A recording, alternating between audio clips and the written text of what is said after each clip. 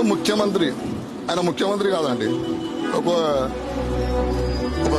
ఆఫీస్కి వెళ్ళే బాయ్ ఉంటాడు చూడండి, ఆఫీస్కి వెళ్ళే బాయ్ పని చేస్తాడు కదా, అట్లా కష్టపడుతున్నాడు ఆయన, వాళ్ళ క్యాబినెట్.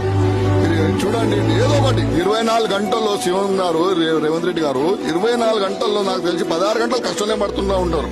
అదే రెస్ట్ ఎప్పుడు తీసుకుంటుంటేమో ఆ భగవంతుని తెలియదు, కానీ ఏదో ఒకటి ప్రజల కోసం ఏదో ఒకటి చేసుకుంటూ పోతారు. ఏదో ఒకటి ఇప్పుడు మీరు చూడండి, నెలకి 4 సార్లు hospital, government hospital review, municipal review, HYDRAA, అన్ని దృష్టిలో పెట్టుకుని చాలా కష్టపడుతున్నాడు ముఖ్యమంత్రి. అంటే నేను చూసినప్పుడు వైఎస్ రాజశేఖర రెడ్డి గారు ఆరోగ్యశ్రీ,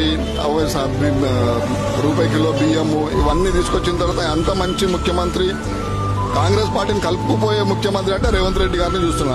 కేబినెట్ మినిస్టర్లు కూడా ఎంత కష్టపడుతున్నారు అంటే ప్రతి ఒక్కరు కష్టపడుతున్నారు. ఏదో ఒకటి టీవీలలో చూస్తే వాళ్ళే కనిపిస్తారు మినిస్టర్లు, ఏ మినిస్టర్ ఆ మినిస్టరే మాట్లాడతారు. ప్రతి దానికే ప్రతి సమస్య గలమెత్తుతూనే ఉంటుంది.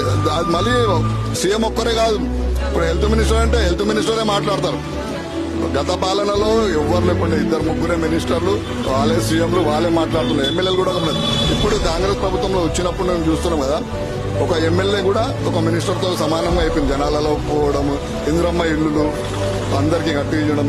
అదే సీఎం మాత్రం రేవంత్ రెడ్డి గారు మాత్రం ఆయన ఇప్పుడు యువకులు చెప్తుంది ఇంటిగ్రేటెడ్ స్కూల్స్. ఏందండి అది ఇంటిగ్రేటెడ్ స్కూల్స్? రేవంత్ రెడ్డి గారి నాయకులు ఉండాలి, ఈయన ఎల్లప్పుడూ ఈయననే ఉండాలి. మంచి నాయకత్వం ఉన్నది, ఆ క్యాబినెట్ కూడా చాలా మంచిది.